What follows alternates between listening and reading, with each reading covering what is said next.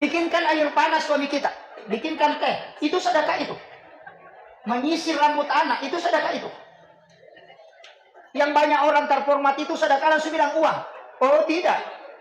Makanya kenapa dalam kaidah hikmah itu, tempat berhubungan yang paling bagus, waktu berhubungan yang paling bagus itu ada dua. Sesa Nabi 40 hari kau tidak pakai, itu minta pertanggungjawaban kelak dari kamu. Kita ini banyak barang mati, Pak. Beli piring, itu 10 lusin. Yang dipakai piring plastik. Emang gitu. Beli piring 10 lusin, baru tulis namanya, harga ini, harga ini, harga ini. Baru disimpan di lemari, dijejer. Sekalinya suaminya mau makan, dia pakai piring hadiah rinso.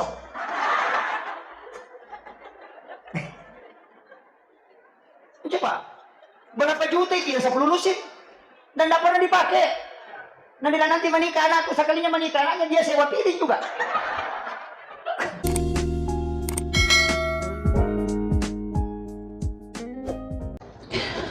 Bismillahirrahmanirrahim. Assalamualaikum warahmatullahi wabarakatuh. Maulaya salli wa sallim daiman abada ala habibika khairil halqi kullihim. Huwal habibul ladzi turja syafa'atuhu li kulli khawlin minal ahwalil muqtahimi. Ya Rabbi bil Mustafa balligh maqasidana waghfir lana ma madha wasi'al karami. Ya Rabbi bil Mustafa balligh maqasidana waghfir lana ma madha wasi'al karami. Ila hadratin Nabi Mustafa sallallahu alaihi wasallam Muhammadin al-Fatihah. A'udzu billahi minasyaitonir rajim. Bismillahirrahmanirrahim. Alhamdulillahirabbil alamin. Arrahmanir rahim. Iyyaka na'budu wa iyyaka nasta'in. Ihdinas siratal mustaqim. Shiratal ladzina an'amta 'alaihim ghairil maghdubi 'alaihim. Amin. Allahumma nawwir qulubana wa quluba jami'i man hadara fi majlisina hadza binuril ma'rifah wa ilmil mukashafah wal basirah wal iman wal islam. Ya Fattahu ya Alim, iftah qulubana wa qulubahum futuhal arifin. Rabbana iftah bainana wa baina qaumina bil haqqi wa anta khairul fatihin. Amin amin ya rabbal alamin. Hadratal muhtaramin wal muhtaramat, ikhwanu fillah. Alhamdulillah rabbil alamin. Nashhadu rabbana annaka antallahu la ilaha illa anta ba'asta Muhammadur rasulah basyiran wa nasira. Qauluhul fasl wa hukumul adl wa sunnatih rusyd wa huwa bil mu'minina ra'ufur rahim. Allahumma salli ala sayyidina Muhammadin tibbil qulubi wa dawaiha wa afiyatil abdani wa shifaiha wa nuril absari wa diyaiha wa ala alihi wa sahbihi wa sallim. Yang kami muliakan dan kami ta'zimi, saya panggil kakanda, sahabat, ketua pengurus cabang Nahdlatul Ulama Kabupaten Tanah Toraja beserta seluruh jajaran Tanfiziyah wa Zurriyah yang kami muliakan dan kita doakan bersama, semoga Allah Subhanahu wa taala memberikan keberkahan dalam hidup beliau dan menjalankan amanah yang telah dititipkan oleh Allah untuknya. Alina Bapak Kepala Kantor Kementerian Agama Kabupaten Tanah Toraja beserta istri dan seluruh jajaran Kementerian Agama yang sempat hadir pada pagi hari ini, yang kami muliakan dan kami takzimi ibu-ibu pengurus Muslimat Nahdlatul Ulama, pengurus Fatayat, seluruh pengurus lembaga dan badan otonom, para sahabat-sahabat dari Ansor Bansar, dan juga kepada seluruh organisasi masyarakat yang sempat hadir, organisasi Islam. Alhamdulillah di tengah-tengah kita menyempatkan waktu bersilaturahmi pimpinan Muhammadiyah.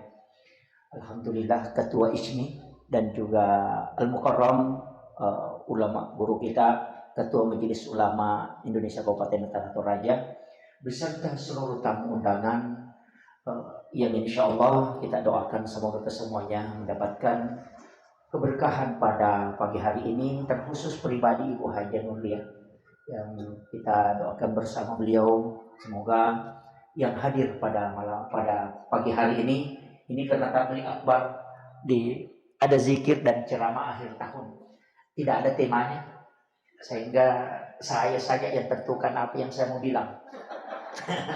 Nih, ya, tapi ini berat karena nanti lari-lari kajiannya. Saya pertama harus meluruskan, untuk menyebut Andre Guruta itu belum bisa. Itu tidak bisa. Harus masih Guruta itu pun sudah berat. Makanya di SK PCNU itu saya minta tulis Guruta, jangan Andre Guruta. Itu sudah berat. Andre Guruta itu minimal menguasai 600.000 hadis Nabi. Itu. Jadi untuk gelar itu tidak bisa. Kemudian yang kedua, kalau dikatakan sufi tidak. Saya ini hanya belajar akhlak tasawuf. Makanya kalau kita mau bertasawuf itu minimal 40 tahun waktu yang kita siapkan. Saya pernah tanya ke mursyid kami itu, untuk belajar tasawuf itu berapa lama? Dia mengatakan 40 tahun. Nah, itu kau siapkan waktu. Kalau belajar akhlak tasawuf itu bisa lompat-lompat dan bisa mengambil di mana saja. Yang penting kita mentalaki langsung. Itu supaya terkoneksi secara hakikat. Sama aja dengan kabel. Kalau mau mengambil listrik harus disambung. Itu. Jadi supaya terkoneksi karena ruh itu saling bersilaturahmi. Makanya di pagi hari ini saya coba menjelaskan tiga pokok dalam agama. Yang pertama kajian Islam, yang kedua kajian iman, yang ketiga kajian ihsan. Kalau kajian Islam itu hukum. Ini disebut tadi Bapak Kepala Kantor Kementerian Agama bahwa itu fikih. Kalau kajian Islam itu ulamanya disebut fuqaha, mazhabnya itulah Syafi'i, Maliki, Hanafi dan Ahmad bin Hanbal. Kalau Muhammadiyah itu tidak mengambil mazhab, tapi mengambil mana dalil yang paling kuat dari pendapat yang ada. Dan dipilihlah yang paling kuat itu, makanya disebut tarjih. Kalau NU, dia berpatokan fikihnya pada 4 mazhab, tapi dia cenderung memilih Syafi'i dalam amaliyah, tapi mengakui 4 mazhab. Makanya NU itu sholatnya bermacam-macam. Istilahnya kita tidak ada paten. Kalau Muhammadiyah itu mulai dari tingkat pusat sampai ke desa-desa itu tata cara sholatnya sama, bacaannya sama. Kalau NU itu bergabung-gabung, ada semua di situ. Yang kunut, yang tidak kunut, yang tidak sholat subuh, semua di situ. Ini. Jadi itu kita anukan. Kalau NU itu bertasawuf, jadi kita tetap bertasawuf Imamul Ghazali. Makanya Imam Ghazali itu kan punya kitab yang sangat monumental, itu Ihya Ulumuddin. Itu kalau kita di NU itu mestinya ngaji kitab itu. Ya. Di NU ini Pak agak unik. Makanya kalau NU itu tidak pakai pimpinan. Yang di NU itu pakai pengurus. Jadi mulai dari pengurus cabang, pengurus wilayah, pengurus besar. Jadi bukan pimpinan. Jadi ketua Tanfisiyah itu, ketua NU itu bisa pasang spanduk Pak. Bisa manjak pasang baleho karena dia memang pengurus bukan pimpinan. Iya, itu. Jadi saya itu sering sama teman-teman, karena saya diberi amanah ketua Tanfisiyah di PCNU di Kabupaten Sidrap. Itu musibah juga. Kemudian yang di media sosial itu terus terang Pak Kandap itu juga musibah. Karena saya tidak punya akun, saya tidak punya tim media. Yang rekam saya hari ini itu sebenarnya sahabat saya di pesantren cuma minta supaya bawa mobil. Karena saya agak kelelahan dari Lampung, dari Palembang. Jadi saya bilang kalau dia tidak bawa mobil, saya harus naik motor ke Toraja. Karena saya senang, saya 4 kali ke Toraja itu Pak selalu naik motor. Bahkan sampai Sinja itu naik motor, saya senang naik motor. Jadi sering saya itu jarang naik mobil biasanya kalau keluar. Cuma karena agak kelelahan saya minta supaya dia yang ngantar. Jadi saya itu kalau keluar ceramah selalu sendiri. Ini untuk ustaz ini saya kasih tahu. Ini bukan mengajari, tapi kita berbagi ilmu, berbagi berkah. Saya itu diwasiatkan sama guru tak. Kalau dipanggil ceramah berangkat sendiri. Jangan bawa orang. Karena kalau bawa orang, tiga diongkosi cuma satu yang ceramah. Itu betul. Iya. Bayangkan kalau misalnya saya ke Kalimantan kemudian bawa orang. 3 orang semua tiketnya kan ditanggung panitia. Kalau dia pakai uang masjid dan di dalam celengan masjid itu kan ada uangnya anak yatim, uangnya fakir miskin yang dia sedekahkan dan dia melihat masjidnya bagus. Tapi Pak Ustaz datang dia belikan tiket. Itu kan fatal, Pak. Ustaznya itu lebih lambat masuk neraka, masuk surga. Paling terakhir itu. Itu kan fatal itu. Jadi kemudian yang kedua, guru tak bilang itu jangan pernah kalau ceramah tanyakan amplop, jangan. Saya itu kalau orang bicara amplop, itu saya sudah cancel. Itu langsung saya garis merah. Karena kita tidak mungkin ikhlas. Manusiawi kan. Kalau dikasih tahu sekian, belum ceramah itu sudah napikir itu. Sekian nanti nak kasihkan. Kalau ditelepon kembali, pasti bilang sekian tadi, sekian kemarin di sana. Sama dengan khatib-khatib Jumat. Ketika kita buka amplop khutbah, kalau dikasih, kita sudah bisa menilai itu. Nanti kalau ditelepon atau mau berangkat, langsung muncul iblis itu. 300 di situ. 200 di situ. Ini yang, makanya saya itu tidak pernah tahu isi amplop. Saya memang janji dengan istri. Kau yang buka, jangan kasih tahu saya. Kalau kau kasih tahu saya, kita bisa cari itu. Dan saya ultimatum memang. Makanya saya tidak pernah tahu berapa yang dikasih orang. Karena kapan kita buka, kita tahu sekian, itu bisa menghitung. Tapi kalau kita tidak tahu, bukan urusan saya. Saya bilang kau buka, jangan kasih tahu saya. Selesai. Jadi agama ini bisa kita mengatur untuk bisa kita enjoy dalam beragama. Jadi jangan, agama ini Pak tidak boleh kita jual. Islam itu begitu. Jangan katakan jadi penceramah supaya dapat amplop. Jangan. Jadi penceramah supaya bisa mengajar. Jadi guru, jangan katakan supaya bisa terangkat jadi PNS. Jangan. Jadi guru lah supaya bisa mengabdi untuk umat. Jadi selalu dahulukan agama. Makanya tadi sudah saya katakan, tidur saja itu Pak harus sandarannya ke agama. Katakan saya mau tidur cepat supaya bisa bangun sholat tahajud. Supaya sandaran tidurmu adalah untuk sholat. Makanya kalau ada orang tidur saja itu tidak niat begitu Pak. Itu 3 jam tidur, itu sia-sia waktunya. Sama dengan sholat, jangan pernah diputus. Makanya orang Bugis itu mengatakan sampai jatuh petu kan. Dalam bahasa Bugis itu. Dalam tasawuf. Sebenarnya itu niat aja tuh Pak. Kalau kita sujud terakhir dalam sholat duhur nanti, niatkan untuk sholat asar. Kemanapun kau berjalan, itu pasti kau berjalan menuju sholat. Kalau kau meninggal di pasar, kau kan meninggal menuju sholat. Dari situlah ulama kita mengatakan, saya meninggal di tempat tidur pun sudah mati sakit. Karena niatmu menuju ke sholat. Makanya penutup sholat kan 2 salam toh. Salam itu kan ada 2. Salam itu karena ketemu, salam itu karena berpisah. Makanya salam ke kanan itu untuk menyambung waktu berikutnya. Salam ke kiri itu untuk memisahkan diri dari waktu setelahnya. Kan begitu. Makanya kalau kita sholat, jangan diputus Pak. Parah itu kalau diputus. Makanya niat sholat dengan niat mau sholat itu beda. Kalau niat sholat itu ditakbir. Niat mau sholat itu pada saat sujud terakhir. Makanya Imam Nawawi di masjid itu, dalam hadis Arba'in Nawawi itu, dia mengambil hadis pertama itu tentang niat. Padahal banyaknya hadis, kenapa niat yang dia pertama? Innamal a'malu binniyat wa innamal likulli imri'in ma nawa. Karena di situ kuncinya bahwa segala sesuatu di situ di niatnya. Sama dengan caleg, Pak. Yang mana sogokan, yang mana sedekah itu cuma niatnya caleg. Di situ aja. Sama dengan sholat. Apa bedanya orang sholat taubat dengan sholat sunat tahiyatul masjid dengan sholat wudu? Itu kan cuma niatnya. Sama-sama 2 rakaat. Bacaannya itu gak sama. Makanya jangan langsung menilai orang. Kadang-kadang kan kita begitu. Langsung memponis, ini. Oh, itu yang bahaya itu. Jadi dalam agama itu begitu. Kita harus, hatinya orang kita tidak tahu. Makanya berbaik sangka aja. Kalau ada caleg bagi-bagi kita mengatakan, oh dia sedekah. Karena memang orang baik itu Pak kalau orang sedekah. Biar ahli sholat, biar bangun tahajud. Kalau kikir pasti dibilangi. Tidak dianggap baik. Makanya ulama kita mengatakan kalau ada keburukan kau mau tutup, satu saja, jadi dermawan. Dan orang itu Pak masuk surga bukan karena harta, itu tapi karena jasa. Itu catatan itu. Itu jasa. Kalau harta itu tidak bisa menyelamatkan. Hanya jasa yang bisa menyelamatkan. Kita bisa mengambil contoh. Wanita WTS yang memberi minum kepada anjing yang kehausan. Itu bukan harta, itu jasa. Karena menyelamatkan nyawa. Apakah airnya? Bukan. Sumurnya? Bukan. Apa yang dia pakai? Sepatunya yang dia pakai mengambil air untuk dia beri minum. Itu karena jasanya. Allah tidak menilai karena Allah mengatakan air itu milikku. Begitu. Tapi karena kau menyelamatkan nyawa karena usahamu, maka engkau saya masukkan, janjikan masuk surga.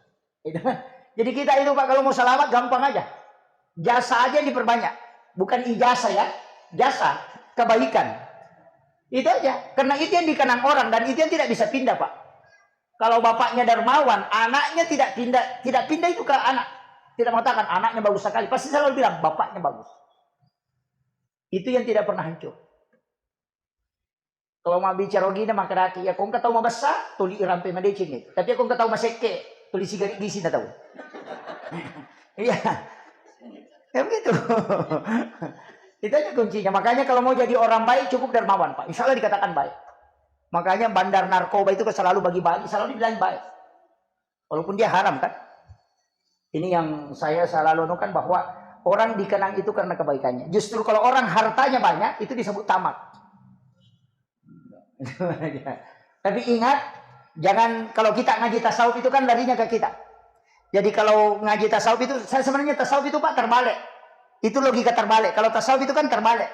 Makanya dia mengatakan ibda binafsi, dirimu kembali, semua kembali ke kita. Saya kasih contoh. Yang mana kita syukuri, kenyang atau lapar?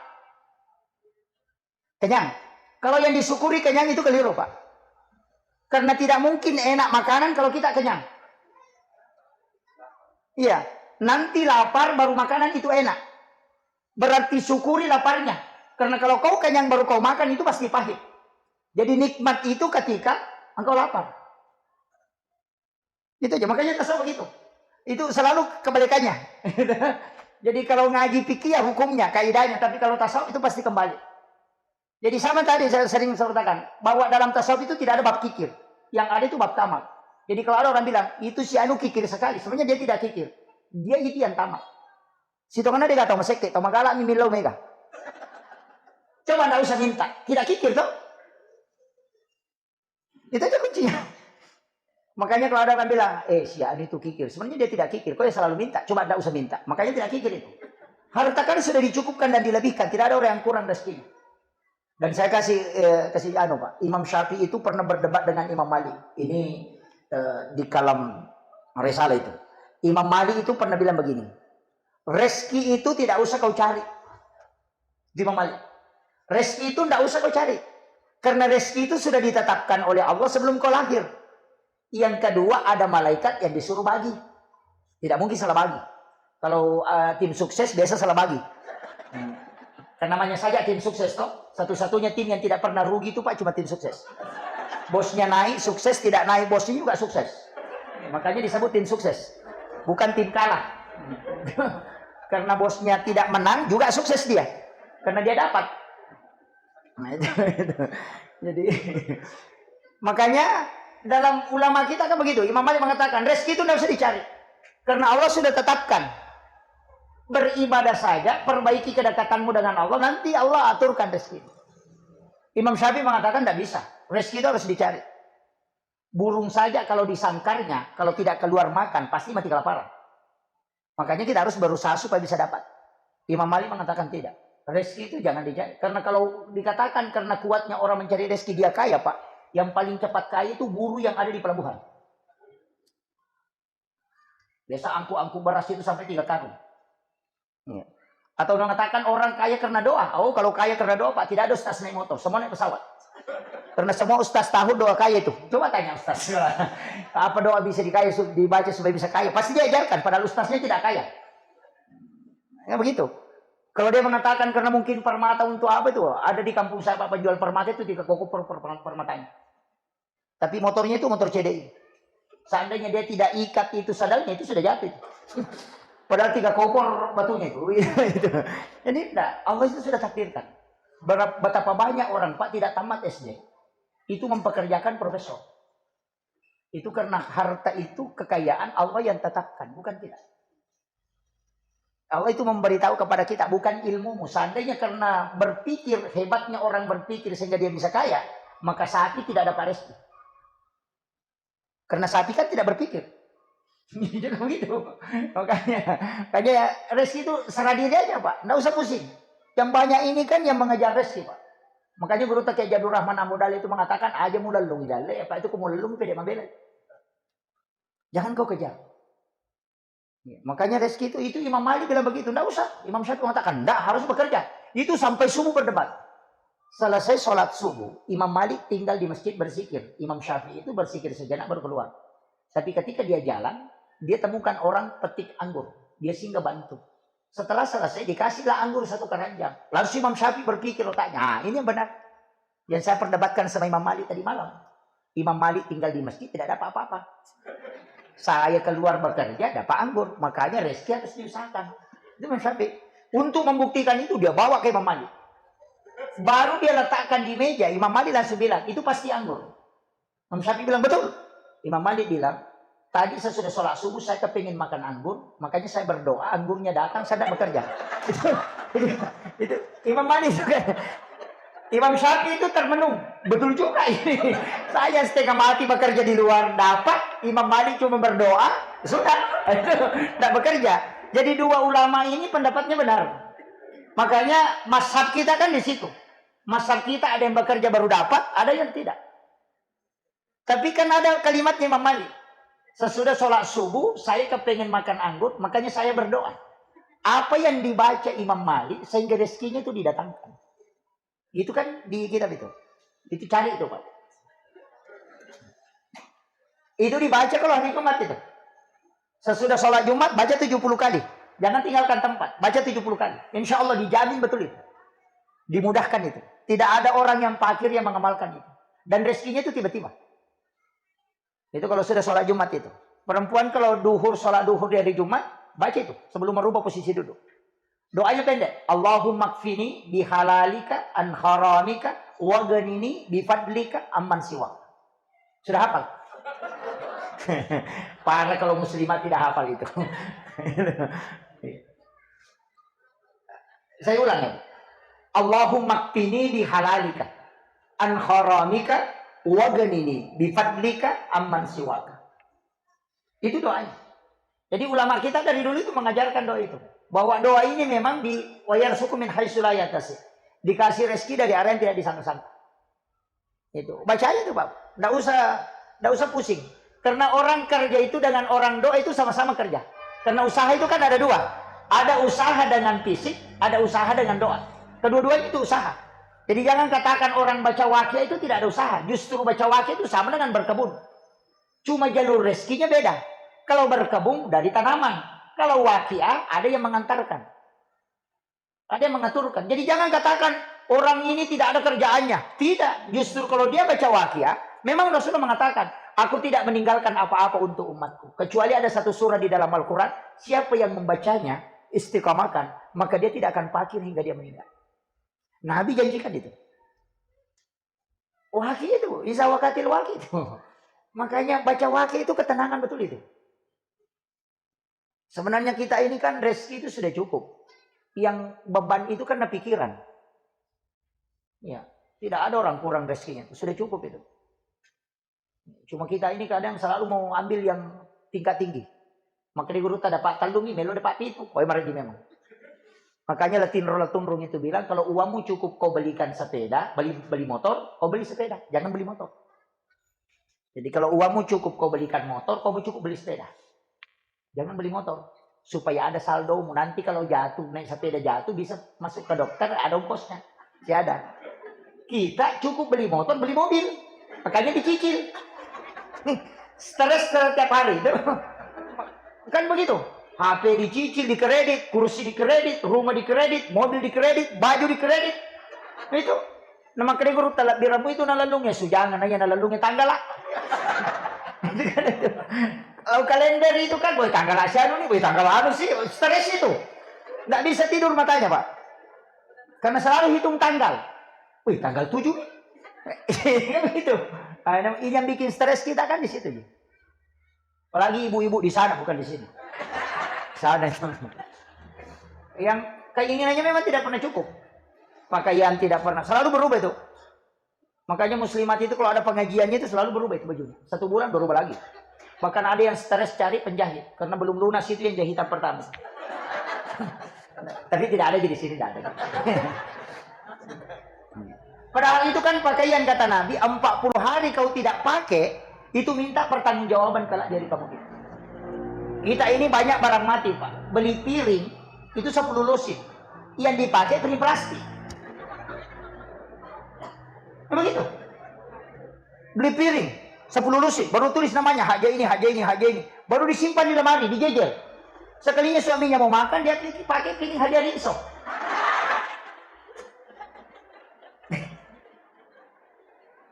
Coba, berapa juta itu ya 10 lusin?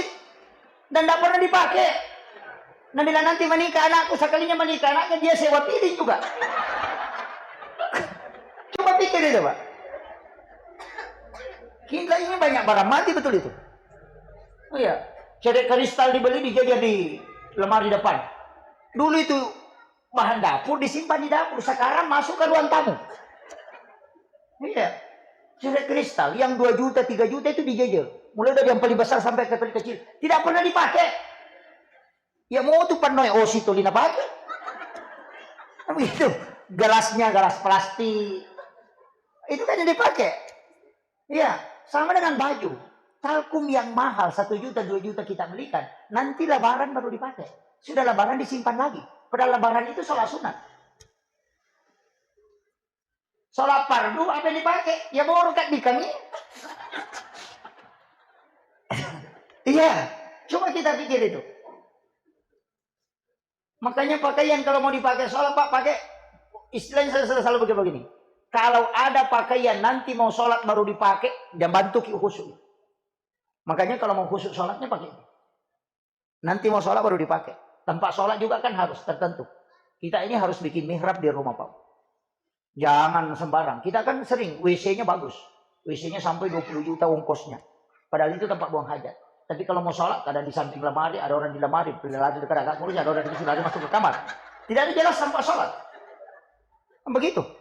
Tempat berdua-duaan dengan Allah itu kita tidak bikin. Yang kita bikin hanya tempat buang kotoran. Ini kan jadi masalah. Makanya di dalam ayat itu fataqabbalaha rabbuha biqabulin hasanin wa ambataha nabatan hasanan fakaffalaha Zakaria.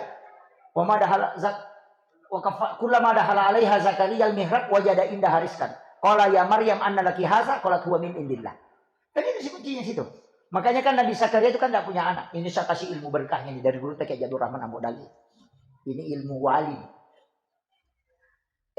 Nabi Zakaria itu kan nabi yang tidak punya keturunan. Istrinya itu sudah menopause. Menopause itu kan sudah berhenti haid. Menurut dokter medis tidak mungkin melahirkan karena sudah berhenti haid. Nabi Zakaria sudah tua. Tapi dia tidak punya keturunan. Makanya ambillah dia anak perempuan. Kemenakannya namanya Maryam. Itu nanti ibunya Nabi Isa. Dia ambil itu baru dia pelihara. Tapi caranya memelihara anak gadis itu kan masih muda. Sekitar umur tuh 6-7 tahunan. 3 tahun, hampir 3 tahun tinggal di rumahnya Nabi Zakaria. Itu mulai kaget Nabi Zakaria. Karena dia di dalam kamarnya itu, di dalam bilik. Dia kasih anak tangga 2. Dari situlah dasarnya kenapa sajadah imam itu 2 lapis. Dari situ. Makanya kan dikasih lapisan amblak di bawahnya baru kasih sajadah di atasnya. Kadang juga sajadahnya 2 lapis. Itu karena Nabi Zakaria membuat tempat sholat untuk Maryam itu 2 tingkat. 2 anak tangga. Naik ke situ. Di situ Maryam sholat terus. Tapi dia kan bukan Nabi. Dia sholat. Tapi Nabi Zakaria itu kaget. Kullama dahala 'alaiha Zakaria al-mihrab. Setiap Nabi Zakaria masuk ke dalam mihrab tempat sholatnya itu kaget. Karena wajada indah rizqan. Selalu dia menemukan rezeki di situ. Dan anehnya buah-buahan musim panas di musim dingin. Kayak bukan musim durian, kok ada durian. Nah kunci biliknya itu Nabi Zakaria yang pegang. Baru dia kunci dari luar. Makanya kan dia bertanya, Anda laki hasa, dari mana ini? Nah saya yang pegang kunci, tidak ada yang bisa masuk kecuali saya. Dengan istri. Kok ada makanan? Nah tidak ada yang bawakan. Apa kata Maryam? Huwa min indillah. Ini langsung dari Allah. Nabi Zakaria tidak percaya. Masa anak perempuan bukan Nabi? Baru bisa dapat. Tapi kaget juga. Makanya dia berulang. Anda laki haza. Tetap jawabannya Maryam. Huwa min indillah. Nanti Maryam mengatakan. Innallaha yarzuqu man yasha bighairi hisab. Kalau Allah mau kasih rezeki orang itu tanpa melalui perantara. Tidak ada asbab.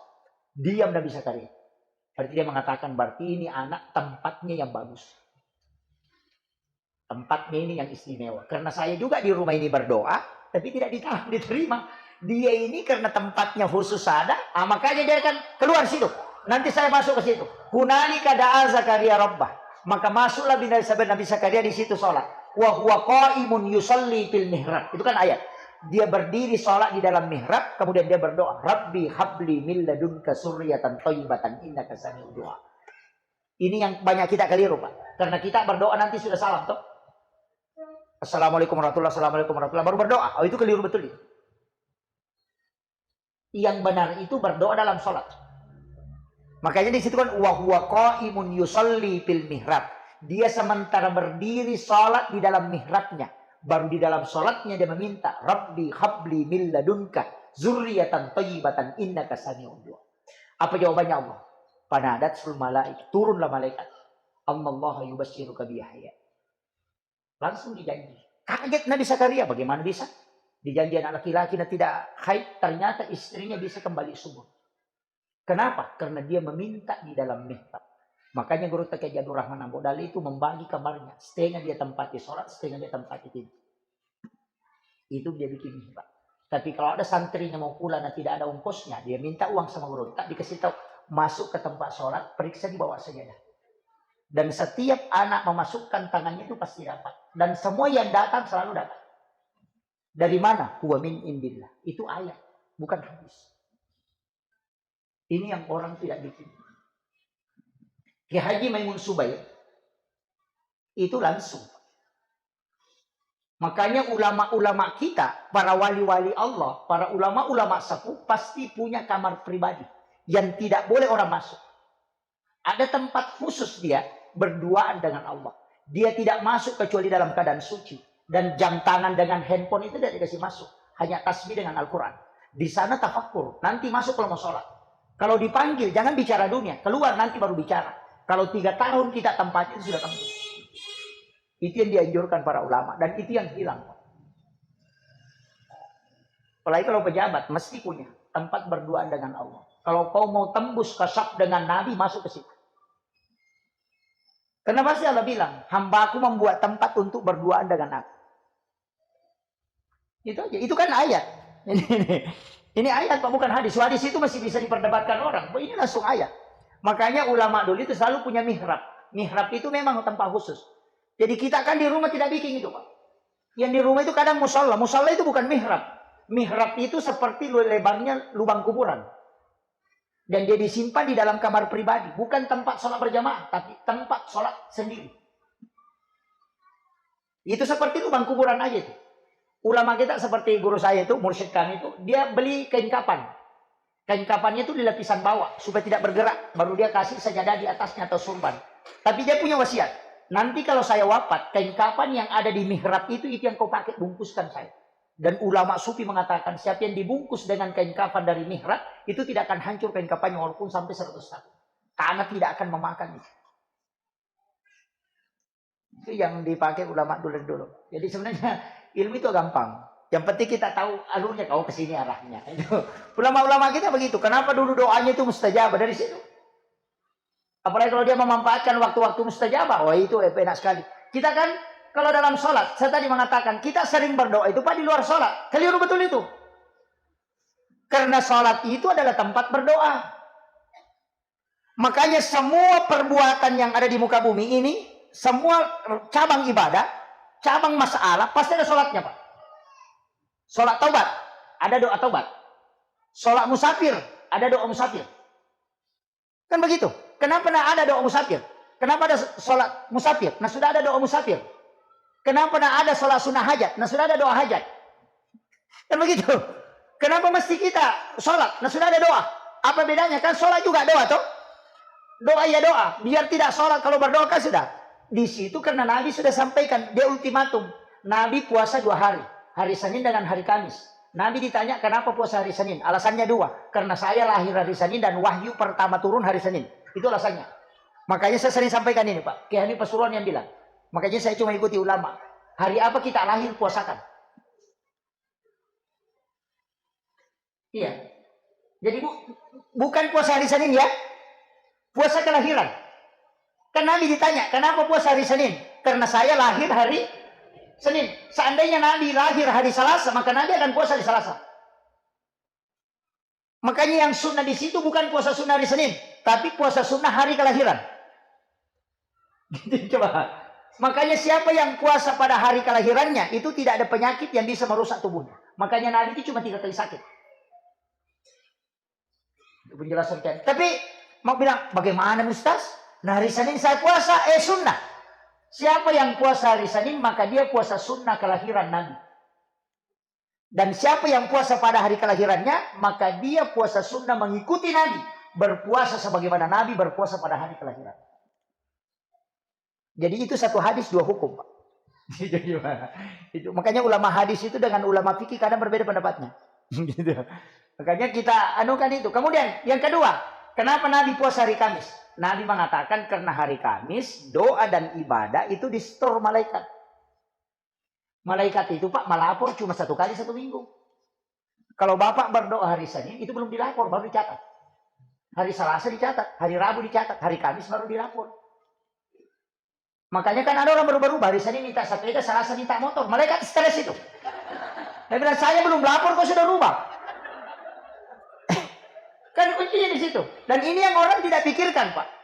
Kadang-kadang sholat duhur minta sepeda, sholat asar minta mobil, sholat isya minta jabatan. Malaikat bilang, saya belum lapor ini.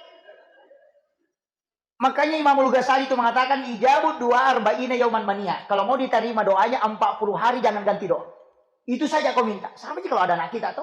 Mak belikan kak sepeda. Mak belikan kak sepeda. Besoknya mak belikan kak es krim. Besoknya lagi mak belikan kak mobil-mobil. Kita cuma belikan es krim. Supaya dia diam. Tapi coba kalau ada anak kita. Mak belikan kak sepeda. Bangun mak belikan kak sepeda. Kita mau ke kantor. Mak ingat belikan kak sepeda. 1 minggu saja anak kita selalu bilang belikan kak sepeda. Pasti kita belikan. Karena kita yakin betul-betul dia butuh. Kalau pagi minta sepeda. Siang minta celana. Sore minta mobil-mobil. Kita belikan es krim. Supaya dia diam. Begitu. Sama juga dengan malaikat ini tadi. Nanti melaporkan hari Kamis. Makanya Nabi minta, ya Allah, adakah yang bisa dilakukan umatku, hambamu, khususkan untuk umatku, bisa meminta kapanpun dia minta dan langsung ke kamu, tanpa melalui perantara. Maka diturunkanlah perintah sholat. Makanya semua itu kan ada sholatnya. Sholat sunnah wudhu ada, sholat taubat ada. Padahal sudah ada doa taubat tuh. Karena kalau bapak bertaubat, nah belum dilapor, nah meninggal, itu jadi masalah. Tapi kalau sholat kan langsung. Ini kuncinya. Sama aja kalau bapak mau ke Jakarta atau ke Makassar lah. Kalau mau ke Makassar naik mobil bisa. Tapi mungkin 8 jam baru bisa tiba. Kalau mau cepat naik pesawat. 1 jam 13 menit sudah bisa sampai. Tapi kalau mau cepat lebih cepat dari pesawat, menelpon saja. Nah telepon itulah sebenarnya sholat tanpa menggunakan perantara. Jangan nanti teleponnya tertutup baru minta. Di saat kau menelpon kau minta. Makanya di saat sholatlah kau meminta. Itu kuncinya. Makanya Nabi setiap masalah dihadapi kan dia sholat. Coba. Mereka mengatakan arihna ya Bilal. Ini yang orang tidak pakai Pak. Senjata sholat ini yang tidak dipakai orang. Makanya ulama sama aja dengan ini Pak Kiai di sini ada. Yang sering datang ke rumah itu tahlilan toh. Baca-baca doa itu. Ambil makanan baru dah masalah dan begitu. Sebenarnya awalnya itu Rasulullah datang ke rumahnya Ibnu Abbas. Di rumahnya Ibnu Abbas Nabi dihidangkan makanan. Nabi katakan, wahai Ibnu Abbas, karena kau bersedekah makanan untukku, carikan saya tempat, saya mau mendoakan kamu. Kemudian Ibnu Abbas tunjukkan di pojok rumahnya, Nabi ambil air wudhu, kemudian sholat di sana, kemudian dia mendoakan. Sebenarnya itu kalau baca doa salamat, baca doa wariyah itu sholat sunnah 3 rakaat baru doakan orang. Bukan duduk di depan makanan. Jadi masalah. Tapi karena imam kita terlalu sibuk, karena banyak yang SMS Pak Imam jam berapa ini? Tidak waktu ini. Nah itu sehingga duduk aja baca doakan. Kan begitu. Karena kalau kita doakan menunggu sampai hari Kamis. Tapi kalau kita sholat dan memintakan dia dalam sholat sebagaimana Nabi lakukan kepada Ibnu Abbas, maka itu tanpa perantara. Itu aja kuncinya. Tapi orang Bugis itu pintar. Karena dia sudah baca banyak hadis. Nabi bilang, oh karena tidak salat Pak Imam, dia kali. Dia kasih amplop, sekaligus kasih makanan. Kalau doanya tidak diterima, berkahnya makanan yang sampai. Itu kuncinya. Makanya Pak Imam itu kalau baca doa Pak tidak makan, gati memang udah cilina. Iya, masalahnya kan doamu bisa saja tertutup, toh, terhijab. Makanya kalau tidak makan kan Nabi mengatakan siapa yang memberi makan kepada tamunya 40 hari 40 malam baru habis dalam perutnya. Setiap dia mendirikan sholat itu malaikat ribuan mendoakan dia supaya tertolak dari bala. Ini saja. Makanya sebenarnya kalau mau selamat Pak gampang aja, kasih makan saja Pak Imam. Iya, gampang aja. Makanya di situ ada namanya barakah Jumat, Jumat berkah, ada namanya sedekah subuh kan di situ. Yang banyak orang tidak tahu Pak. Orang kalau sedekah duhur dengan sedekah subuh itu tidak sama. Walaupun besar jumlahnya sedekah duhur, itu pasti tidak sama. Apa yang beda? Yang beda itu doanya malaikat, bukan uangnya.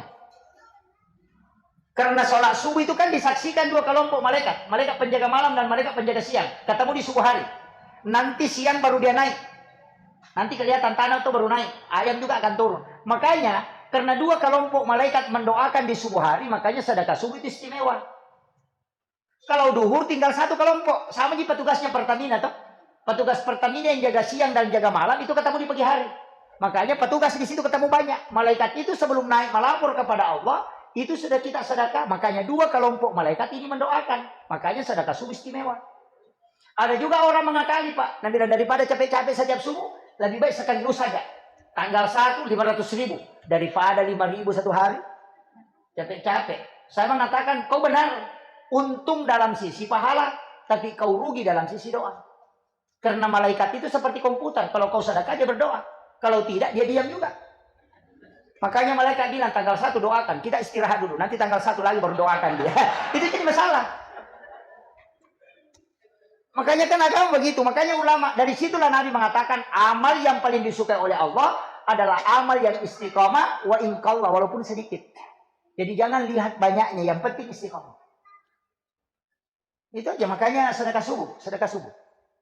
Kenapa? Jadi jangan sedekah ya, bukan infak. Kenapa disebut sedekah? Kalau infak pasti harta. Kalau sedekah itu banyak. Ibu yang tidak punya uang, oh Nabi Ustaz saya tidak punya uang. Kalau punya suami berhubungan sesudah sholat subuh. Iya, itu sedekah itu betul. Bikinkan air panas suami kita, bikinkan teh, itu sedekah itu. Menyisir rambut anak, itu sedekah itu. Yang banyak orang terformat itu sedekah langsung bilang uang. Oh tidak. Makanya kenapa dalam kaidah hikmah itu, tempat berhubungan yang paling bagus, waktu berhubungan yang paling bagus itu ada dua. Sesudah sholat duhur, yang kedua sebelum dan sesudah sholat subuh. Itu yang paling bagus, Pak. Guru tak Profesor Dr. Quraisyab itu memberitahu kepada guru tak Profesor Dr. Arifudin. Saya dikasih tahu Prof. Arifudin itu. Maka dari pesan na guru tak waktu kebutin paru cidi.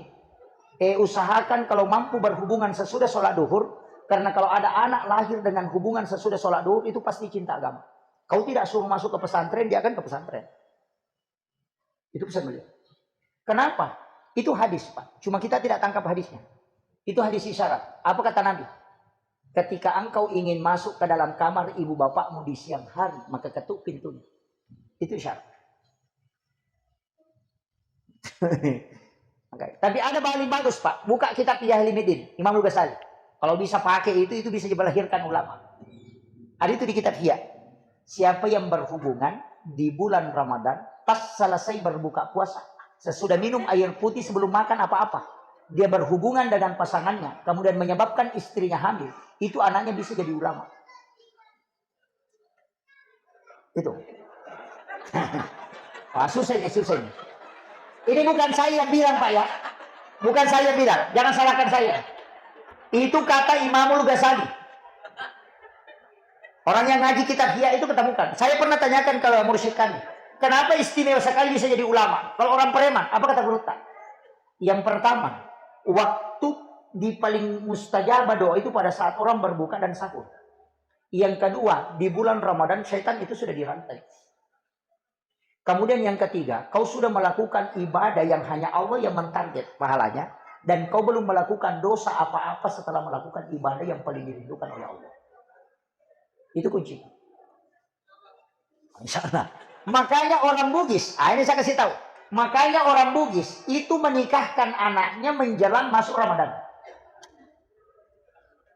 Itu paling banyak di situ. 1 bulan, setengah bulan sebelum Ramadan, di situ lomba-lomba. Bahkan ada yang 3 hari sebelum Ramadan masih menikahkan. Dan itu paling banyak. Kenapa? Karena dia kejar ini. Ini yang banyak orang tidak tahu. Itu ilmu-ilmu rahasia itu sebenarnya ada di beberapa kitab. Termasuk kalau kita buka kitab-kitab hikmah. Toh. Orang tua dulu itu kan mengatakan pamali. Toh. Pamali itu kan ilmu hikmah. Kalau haram, makruh itu ilmu fikih. Kalau dia mengatakan mustahab berarti tasawuf. Itu bedanya. Jadi kalau dia mengatakan pamali berarti ilmu hikmah. Ilmu hikmah itu kan sebenarnya gini. Ilmu yang lahir dari ilmu. Saya kasih contoh. Kenapa kita dilarang mengambil makanan yang jauh? Kan biasa kan kalau kita makan begitu. Ada ikan di sini ada ayam. Kadang kita menyeberang begitu. Tangannya kayak eskavator. Itu tidak boleh. Orang dulu kan mengatakan pamali. Dan kenapa dalam ilmu hikmah. Orang yang mengambil makanan yang di depannya tidak melangkahi makanan. Itu rezekinya orang yang uruskan. Tapi kalau ada orang melangkahi makanan, rezekinya dia tidak dapat kecuali dia urus. Itu kuncinya. Yang kedua, kenapa perempuan kalau makan itu dilarang membuka bibir? Hanya ketika menyuap dia buka bibirnya, ketika mengunyah itu disuruh rapatkan. Begini. Laki-laki itu boleh terbuka tapi tidak boleh bunyi. Kenapa Pak? Itu hikmahnya. Kalau ada wanita makan tidak membuka bibirnya ketika mengunyah, itu suaminya pengantin baru setiap malam. Itu yang banyak orang tidak tahu. Sudah mengerti? Bibir atas wanita itu kalau rapat, yang di bawah juga rapat. Itu maksudnya. Kalau belum paham itu fatal itu. Iya. Makanya kan dari dulu, ulama-ulama kita kan sudah ajarkan itu. Makanya kalau dia mengatakan pemali, pasti ilmu hikmah itu. Kenapa kita tidak boleh pakai pakaian robek? Nabi kan itu menjahit pakaiannya sendiri. Kenapa? Karena memang tidak boleh pakai pakaian robek. Orang yang menggunakan pakaian robek itu tertunda rezekinya itu sampai 40 hari. Pantang itu, termasuk kos kaki yang robek. Makanya banyak anak-anak sekarang itu tidak menikah, tidak dapat pekerjaan. Karena celananya celana robek. Baru tapi robek. Dan itu yang dipakai. Dan dalam ilmu hikmah itu pantangan betul itu. Yang kedua menggunakan pakaian sebagai lap. Kita sementara pakai begini baru dilapkan. Sering kan handphone kita lapkan di baju begini. Kacamata kita tarik. Itu menolak rezeki 40 hari. Kita bisa buka kitabnya Imam Sarnuji. Ada itu. Itu pantangan betul itu. Sandar di daun pintu. Itu kan tidak boleh. Menolak rezeki 40 hari itu. Kemudian menggunakan celana dalam keadaan berdiri. Kemudian makan berbaring, makan baring di tempat tidur. Kalau ada anak gadis makan baring di tempat tidur. Itu auranya tertutup. Tertutup betul itu. Itu bisa sampai tua itu tidak menikah. Itu pantangan betul itu. Ini kan yang banyak anak-anak kita baring sambil makan. Yang paling fatal itu kan sekarang. Yang paling fatal anak-anak kita. Itu semua yang dilarang dia lakukan. Nabi itu mengatakan ketika matahari sudah memerah jangan melihat itu. Biarkan dia tenggelam dan jangan berkeliaran. Suruh anak-anakmu masuk. Tutup pintu dan jendela supaya jin tidak masuk ke dalam rumah. Tapi anak-anak kita kalau matahari mau tenggelam keluar mas selfie. Samset katanya. Coba. Larangan dalam agama justru kebalikannya. Dia berlomba-lomba mengabadikan. Padahal itu yang membuat orang matanya buta. Itu ilmu hikmah Pak. Makanya ulama kita dari dulu sudah ajarkan. Sama dengan pakaian. Jangan kasih bermalam kalau dikeringkan. Dari situ banyak orang kena penyakit dada kemudian meninggal. Itu jin pakaian. Ibu-ibu kan sering begitu. Mencuci asar. Dia gantung. Dan kering jina pagi. Oh pantangan betul itu. Makanya saya mengatakan seandainya bisa kau cuci kembali. Cuci kembali. Pakaian yang bermalam itu. Itu pantangan betul itu. Dan itu yang banyak dilanggar. Makanya orang dulu itu ilmunya luar biasa Pak. Dan kadang kita sebenarnya ini tidak ada apa-apanya dibanding ulama-ulama kita dulu. Cuma ulama dulu itu tidak pakai dalil. Dia mengatakan hadisnya dari sahih ini dari enggak. Karena ulama yang ngajarkan langsung. Mereka itu kan cuma guru tak bilang begini. Itu tidak boleh. Dia bilang pemali. Ada semua itu. Tidak boleh menyapu di malam hari di dalam rumah. Karena boleh. Karena memang itu mengeluarkan malaikat rahmat. Kita apa paling sering? Apalagi diktator ini. Saya sering sampaikan. Kita harus kalau masuk rumah itu kan ucapkan salam. Dan salam yang kita sering ucapkan itu cuma satu. Assalamualaikum warahmatullahi wabarakatuh. Itu hanya menutup pintu jin supaya tidak masuk ke dalam rumah. Untuk jin yang ada di dalam rumah itu tidak keluar. Makanya kita disuruh menambah. Assalamualaikum wa ala ibadillahi sholihin. Itu kan dalam Quran surah Nur. Fasaidahal buyutakum, ketika engkau masuk ke dalam rumahmu, sarangi dirimu. Itu kan ayat. Cuma kita itu kalau masuk, assalamualaikum warahmatullahi wabarakatuh, selesai. Padahal di situ dua perintahnya, assalamualaikum warahmatullahi wabarakatuh, baru kita mengatakan assalamualaikum wa ala ibadillahi sholihin, supaya kita selamat tinggal di rumah, jin yang ada di dalam rumah itu keluar, malaikat rahmat yang tinggal. Makanya kalau ada rumah itu panas kita tempati, kita tidak bisa tidur. Biasa panas kita sudah kasih jalan kipas, masih panas, itu karena hawa jin. Termasuk kuku yang memotong kuku di dalam kamar. Itu pantangan betul itu. Karena jin kuku itu panas. Makanya ulama kita mengajarkan, kalau mau motong kuku, berwudu dulu. Ajenneki napa matoba. Supaya kuku yang lepas dari diri kita itu tidak pernah berhenti bersikir hingga dia hancur. Kuncinya. Kita kan kadang terbalik. Motong kuku dulu baru pergi mandi. Mestinya itu dibalik. Mandi, berwudu sempurna, baru motong kuku. Kalau kita buka di kitabnya Syekh Abdul Qadir Jailani dalam kitab Al-Gunya, itu kan dari tangan kanan toh. Jari telunjuk, jari tengah, jari manis, jari kelingking, baru ambil ibu jari. Baru jari telunjuk, jari tengah, jari manis, jari kelingking, baru ambil ibu jari. Kalau kaki itu dari kanan ke kiri. Orang yang memotong kuku seperti itu tidak kena penyakit kulit. Pak Ano itu tidak kena. Yang biasa kalau bergaruk begini kemudian ada itu yang putih-putih itu tidak kena itu. Kalau cara potong kukunya begitu, itu di kitabnya Syekh Abdul Qadir Jailani. Kadang kita potong kuku bukan dari situ, pakai gigi saja. Jadi masalah itu. Jin kuku itu kan panas, Pak. Makanya dilarang potong kuku di dalam kamar. Mestinya di teras kita keluar. Ilmu-ilmu itu dari dulu sudah ada.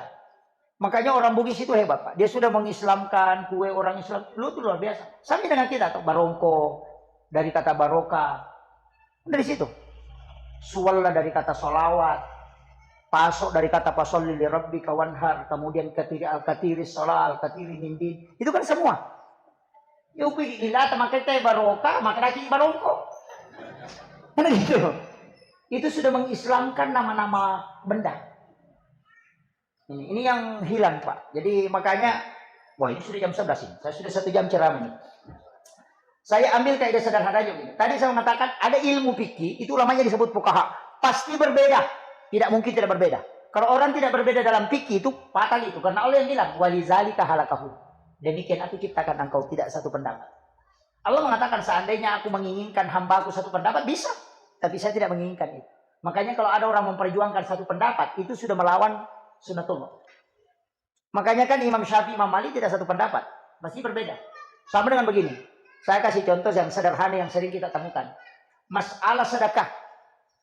Kalau Imam Fikih, Masailul Arba, Syafi'i, Maliki, Hanafi, Ahmad bin Hanbal, semua sedekah yang dari uang haram, itu haram.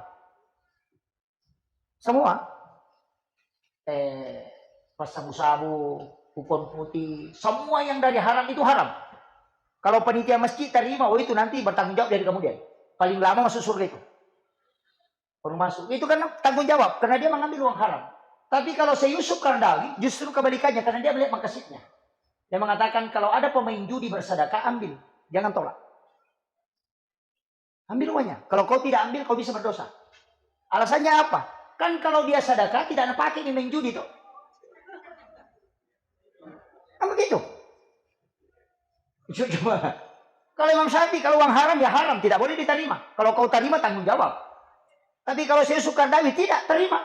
Kalau pemain judi bersedekah ambil, uang korupsi ambil, karena dia tidak pakai melakukan dosa. Bayangkan kalau di kita tidak ambil, dia pakai main judi, dia pakai main perempuan, dia pakai minum minuman keras, dia pakai lagi main, semua dosanya tambah banyak. Itu gara-gara kamu tidak terima. Makanya ambil, tapi jangan dicampur dengan uang halal. Bikinkan kotak, ditulis sumbangan apa botol. Kira-kira begitu.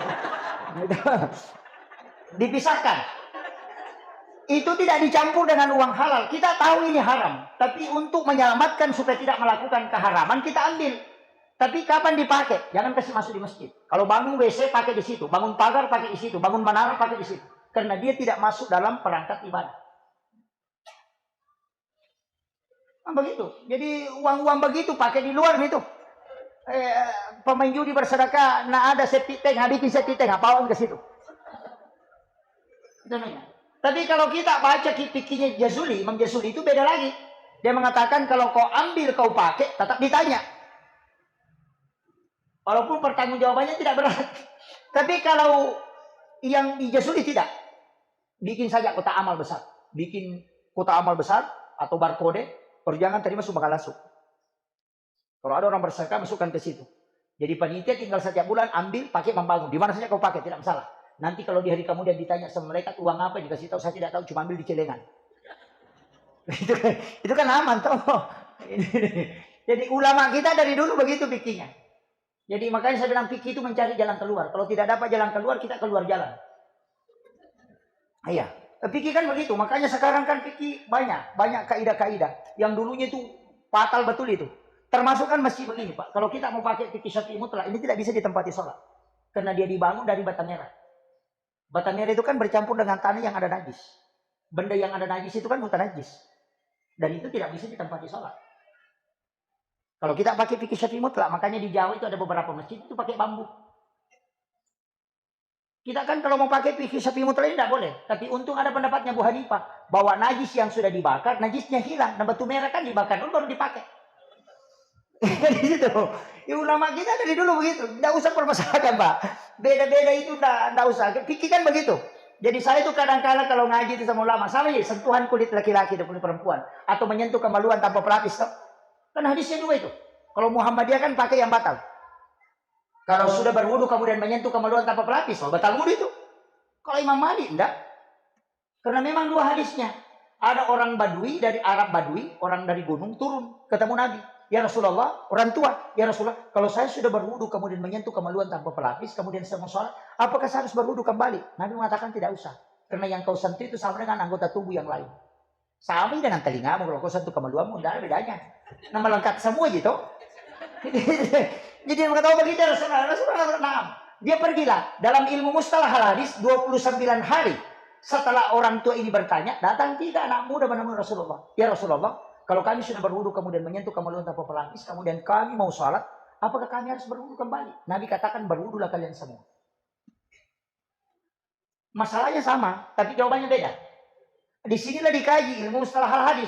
Makanya namanya metode al-jam'u, ada nasi mansuk, ada metode tarji. Muhammadiyah pakai tarji. Tarji itu meneliti betul. Oh ini orang tua yang bilang. Nah tidak ada saksinya. Kemudian tidak tahu siapa ini orang tua. Nah penyakitnya orang tua itu tuli-tuli. Kemudian yang kedua pelupa. Tidak usah dipakai hadisnya. Tidak ada saksinya. Siapa tahu Nabi bilang mengatakan batal. Nabi bilang tidak karena tuli. Karena tidak ada juga saksinya. Tidak tahu juga siapa. Makanya tidak dipakai. Itu namanya metode tarji. Tapi Imam Malik justru mengatakan tidak. Nabi yang sampaikan yang pertama. Nabi juga sampaikan kedua. Dan itu hanya 29 hari.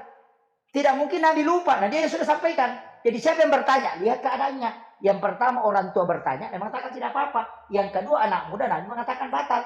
Berarti yang membatalkan bukan menyentuhnya tapi syahwat. Karena kalau orang tua yang pegang mungkin gatal gitu negara. Tidak ada bisawanya. Kalau anak muda itu ada syahwat. Makanya batal. Jadi itu satu masalah. Itu kadang tiga pendapat Pak. Jadi kalau orang tidak analisa itu pasti berdebat. Dia mengatakan ini hadis sahih. Cocoknya hadis sahih tapi pada pemahamanmu yang tidak sahih. Itu jadi masalah. Nah, ini. Lain lagi kalau tasawuf. Ini kan kita baru dipikir Pak. Lain lagi kalau tasawuf. Sama dengan ayam toh. Misalnya ada ayam di sini. Nah tabrak mobil.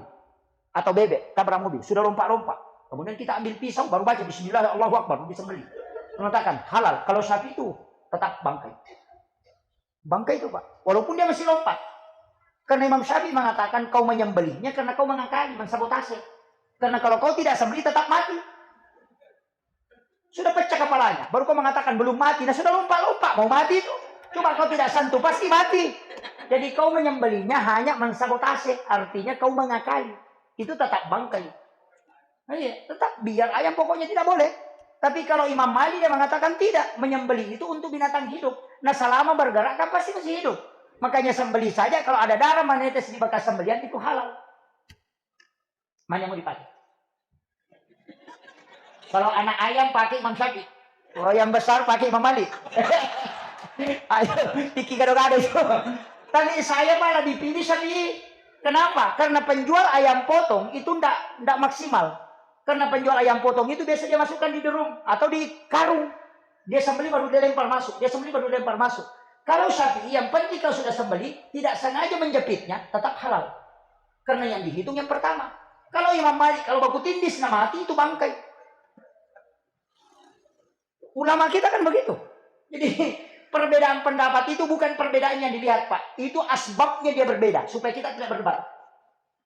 Sama aja dengan mobil, tau kenapa kau beli mobil hardtop? Nah itu mobil hardtop goyang sekali kalau dipakai. Dia bilang, iya karena saya tinggal di gunung. Kalau apa saya tidak bisa naik. Nah, begitu. Jadi pendapat kan Pak begitu. Sama Imam Syafi'i. Sentuhan kulit laki-laki perempuan batal wudhu tanpa pelapis. Jangan dibawa ke tanah suci. Kalau mau tawaf baru sentuhan perempuan tak kembali lagi berwudhu. Insya Allah tidak haji tak pulang. Cuma pergi tanah suci berwudhu. Itu kan begitu. Nah, inilah pentingnya kita belajar fikih Pak. Untuk mengetahui semua pendapat yang ada. Nanti kita pilih. Jadi kalau semua pendapat disebut hukum Islam. Kalau diambil satu disebut sikap hukum. Nah, sama dengan makanan. Ada tempe, ada tahu, ada ayam goreng. Kalau singgah di warung. Kalau kau sana makan ayam goreng, jangan salahkan yang makan tempe. Kalau kau pakai Syafi'i, jangan salahkan pakai Imam Malik. Itu aja kuncinya agama. Ini baru pikir nih. Kalau masuk ke dalam ilmu akidah, tauhid kan? Oh, batal itu. Lebih banyak. Sekarang kan ada stasi yang viral. Hormat kepada bendera merah putih itu musyrik. Itu kan ada kemarin. Itu contoh adab ditarik ke tauhid. Hormat ke bendera merah putih itu kan adab. Bukan tauhid. Makanya sungkaman dengan orang tua kan dia katakan musyrik. Karena sujud sayang kepada Allah. Sedangkan orang terbalik betul otaknya. Karena contoh akhlak dibawa ke contoh tauhid. Kalau begitu Pak, makan obat musyrik juga. No, karena dia bilang nanti sudah makan paramex baru berhenti sakit kepalanya. Berarti paramex yang sembuhkan. Fatal itu. Nanti sudah makan baru kenyang. Oh itu fatal itu. Bawa proposal ke Pak Bupati. Oh fatal itu karena mengharap rezeki selain daripada Allah. Musyrik juga itu. Begitu. Makanya itu fatal itu kalau agama. Sama dengan cincin. Saya sering pakai cincin Pak. Permata. Itu kan ada orang mengatakan. Kalau misalnya mengatakan. Ini permata bagus dipakai berjual-jualan. Itu musyrik atau tidak? Musyrik. Wah itu fatal itu. Kalau mengatakan karena permata ini ada manfaatnya bisa dipakai. Itu tauhid itu Pak tunggal. Penjabarannya turun, itu yang tidak boleh dipecah. Misalnya begini. Ini permata, Allah memberikan keistimewaan kepada benda yang diciptakan. Semua benda yang diciptakan itu ada manfaatnya. Dan kebetulan benda ini bermanfaat untuk ini. Sama aja dengan magnet. Biasa kan kita beli itu yang magnet. Yang dijual orang Cina. Ada itu magnet yang bilang, ini untuk kesehatan jantung. Masa dipakai di sini baru sehat jantung di dalam? Musyrik juga itu. Karena batu yang membuat jantung sehat. Kan begitu. Makanya ulama mengatakan tauhid itu adalah akidah mutlak, tetap Allah. Cuma semua diberi manfaat. Air minum itu diberikan manfaat untuk memberhentikan haus. Kemudian api diberi manfaat untuk membakar. Kan begitu. Jadi benda ini diberi manfaat untuk begini. Itu tidak pernah, makanya ulama pegang keris tidak pernah melenceng akidahnya. Karena dia mengatakan ini benda tidak ada gunanya kalau Allah mencabut. Itu aja. Selesai. Akidah begitu Pak. Tidak boleh, makanya kalau mau dipakai itu, oh fatal itu. Tidak boleh bawa proposal, tidak boleh HP, tidak boleh bawa ATM. Itu tidak, musyrik semua itu. Ini akidah. Kemudian kalau tasawuf, ini yang paling berat. Kita baru serempet tasawuf. Kalau tasawuf itu Pak berat. Kenapa? Tasawuf itu melihat jalan lurus. Dan paling hati-hati. Makruh dengan haram itu sama kalau dalam tasawuf. Sama. Berarti. Makanya ada beberapa ulama itu kalau melakukan perjalanan justru dia puasa. Karena tidak boleh minum di kendaraan yang sementara jalan. Itu sama dengan minum berjalan. Bayangkan kalau naik pesawat 48 jam tidak minum. Stres itu. Coba. Sama dengan siga di warung tuh kalau makan dulu baru bayar itu jadi masalah. Mestinya kan bayar dulu baru makan.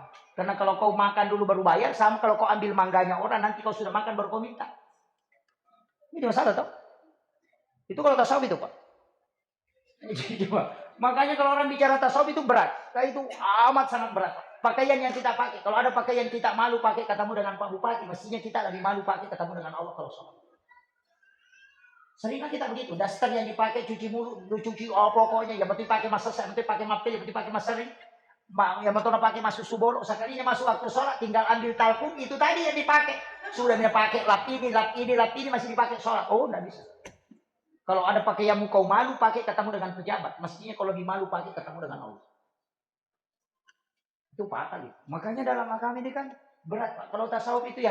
Makanya saya bilang serempet akhlaknya aja. Tidak usah. Tidak usah terlalu berat lah. Mau ambil ini tasawuf murni. Mau fatal. Ya. Yang penting akhlaknya kalau sholat ya sholat dengan kehusyuan. Artinya berusaha semaksimal mungkin. Walaupun tidak bisa khusyuk sebetulnya. Tidak bisa Pak. Kalau mau full betul khusyuknya mustahil. Selama orang sadar, kecuali orang pingsan memang mungkin. Selama orang sadar. Tidak, nanti kamu diperbaiki. Ingatan, bacaan, dengan gerakan. Masa bisa? Mengaji saja, yang bacaan saja, itu masih bisa salah. Apalagi kalau sudah 3. Diperbaiki kok. Allahu Akbar. Pasti dah lupa nanti itu. Ada ting ting ting ting. Dan masih itu jual bakso. Begitu pada dia sholat ini. Pasti tidak bisa. Karena diperbaiki, diingat. Oh 3 rakaat, 4 rakaat. Nah lupa nanti bacaannya itu. Nah perbaiki betul bacanya. Nah lupa itu berapa rakaat tadi. Tidak bisa. Pasti karena 3-3-nya kan mau disempurnakan. Tidak mungkin itu. Makanya dari situ ada namanya sholat sunat. Itu penambal. Dan ibadah itu kan punya otoritas. Ini yang saya kasih tahu kunci, ini kata kunci. Kenapa kita itu cinta betul kepada Nabi Rasulullah? Karena satu-satunya Nabi yang dikasih otoritas ibadah itu cuma dia. Nabi yang lain tidak ada. Makanya satu-satunya Nabi yang bisa memberi syafaat itu cuma Rasulullah. Kenapa? Karena dia yang punya otoritas ibadah. Nabi Musa kan otoritas ibadah Allah. Tidak ada bilang Nabi Musa memerintahkan. Tidak. Itu perintah Allah ke Nabi Musa. Perintah Allah ke Nabi Ibrahim. Rasulullah punya ibadah sunat. Makanya itu semua terbagi. Haji wajib, umrah sunnah. Zakat wajib, sedekah sunnah. Sholat wajib, ada sholat sunnah. Puasa wajib, ada puasa sunnah. Syahadat wajib, ada sholawat yang sunnah. Jadi semua itu punya turunan. Kenapa? Karena kalau yang wajib tidak bisa kau selamat, nanti di sunnah Nabi kasih kau syafaat.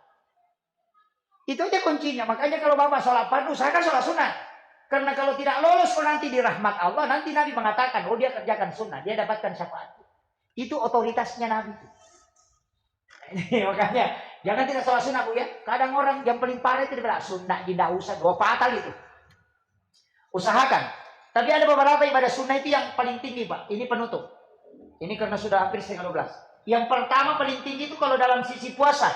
Ada puasa itu 3 hari dalam 1 bulan. Namanya Shaumil Ayyamil Bid. Itu Nabi mengatakan sama kalau kau puasa 1 bulan penuh. Itu puasa putih namanya. 13, 14, 15. Itu pakai bulan. Bulan Hijriah, bukan Miladiah. Itu puasanya Nabi Adam. Ketika dilemparkan ke bumi, dia hitam seluruh badannya.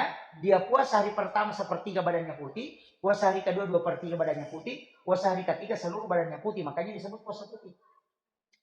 Itu puasanya Nabi Adam. Tapi Nabi minta, kasih saya ya Allah untuk umatku sebagai penyucian. Maka diperintahkan, bagi yang mampu puasa sunnah ayyamul bid, puasa sunnah. Itu, karena itu membersihkan dosamu 1 bulan penuh. Ini baru puasa Pak ini. Kemudian yang kedua ada sholat. Yang sholat yang paling istimewa itu ada 2 sholat yang saya mengatakan jangan tinggalkan. Yang pertama sholat witir. Satu-satunya ibadah sunnah yang dijamin oleh Allah sebagai kekasih Allah itu cuma witir Pak. Kalau tahajud enggak. Hanya diangkat derajatnya. Tapi kalau witir memang Allah mengatakan dia kekasih. Dan satu-satunya ibadah dari semua ibadah sunnah yang ada, yang dianggap Abu Hanifah wajib itu cuma witir. Makanya kalau sahabat ibu jangan tinggalkan witir. Sesudah sholat isya, sholat sunat isya, langsung mati witir. Ambil 3 rakaat. Maka, Ustaz, kita mau tahajud, ya silahkan. Yang penting tidak mengulang witir. Karena Nabi mengatakan, la witrani la tilai. Tidak boleh 2 kali berwitir dalam 1 malam. Ada mengatakan, kan witir penutup. Tidak, yang dimaksud Nabi mengatakan, akhirkan witirmu, itu untuk sholat fardu. Jangan sudah sholat maghrib kau witir, karena masih ada sholat isya. Yang dimaksud mengakhirkan untuk sholat fardunya, bukan sholat sunnahnya. Makanya Abu Hurairah itu sesudah sholat sunnah isya baru witir. Nanti kalau bangun tahajud tidak witir lagi. Karena Nabi melarang 2 kali berwitir dalam 1 malam. Ini banyak orang keliru. Dia bilang kalau sudah witir tidak ada lagi sholat. Wah fatal itu. Makanya Nabi minta diakhirkan. Jadi kalau sudah sholat maghrib jangan dulu. Karena masih ada sholat isya. Biarkan selesai isya baru witir.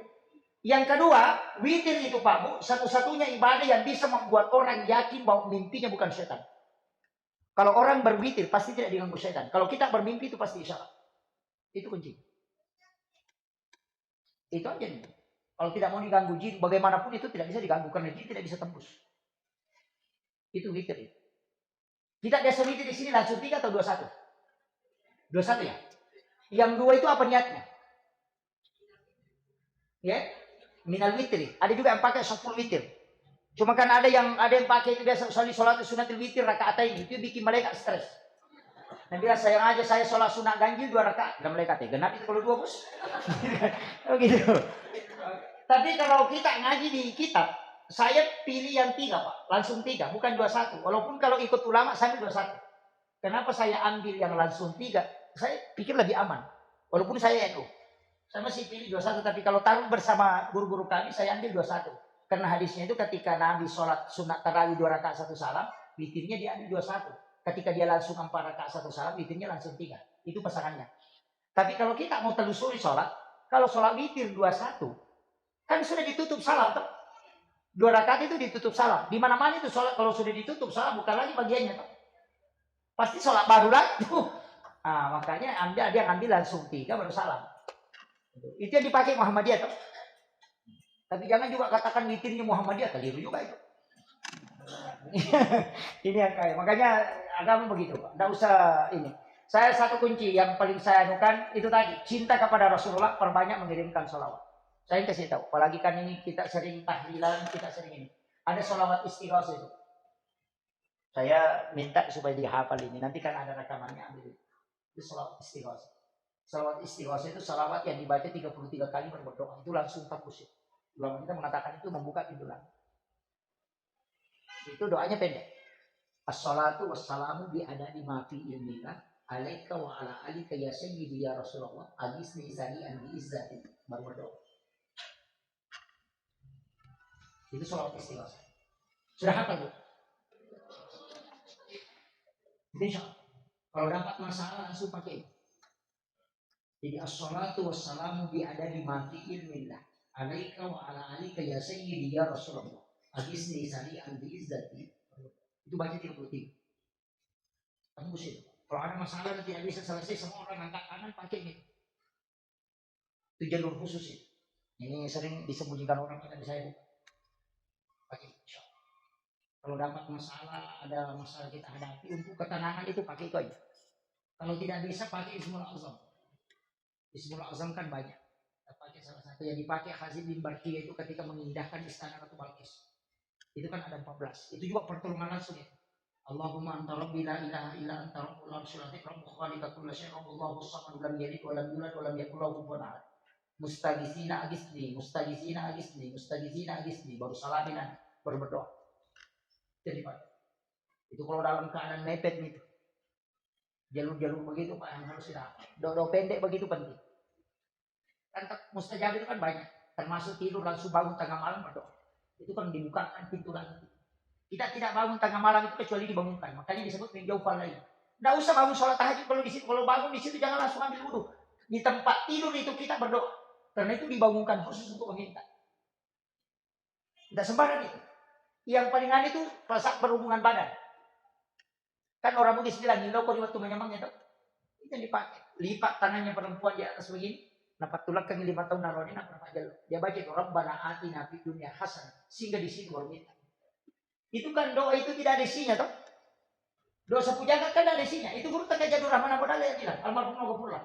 Itu doa sapu jagat tidak ada isinya itu. Rabbana atina fid dunya hasanah. Itu tidak ada isinya. Wa fil akhirati hasanah tidak ada isinya. Wa qina azaban tidak ada isinya. Itu kan doa kosong. Makanya itu cek kosong. Kita mengisi. Makanya disebut sapu jagat. Rabbana atina fid dunya hasanah. Decingagan nali no macinai. Ilau. Coba. Itu kan tidak ada isinya tuh. Kan kita minta, Rabbana atina fid dunya hasanah. Kebaikan apa di dunia? Kalau bupati kau minta di sini. Kalau anak minta di sini. Itu kan makanya disebut sapu jagat karena belum ada isinya. Semua isinya dunia bisa kau kasih masuk. Makanya dikosongkan, tinggal kau yang ngisi. Makanya disebut cek kosong. Rabbana atina fid dunya hasanah. Sehingga minta di sini. Wa fil akhirati hasanah, yang kau minta tadi di dunia hasanah, minta juga wa fil akhirati hasanah. Supaya dia baik di akhirat. Wa qina azaban, jangan engkau sentuhkan api neraka denganku dengan apa yang saya minta ini. Yana tu nak kada guru ta bupati wakil gua manci bupati mati. Camat wakil gua camat gaji nama. Upi tangan di wakil gua kumaha itu nila. Yana tu nak kada do atau lapak maka si sumpul letu suruh itu dimasuk. Oh itu dirahasiakan betul itu. Akhirul kalam Allahumma biqira wa bidzalik. Assalamualaikum warahmatullahi wabarakatuh.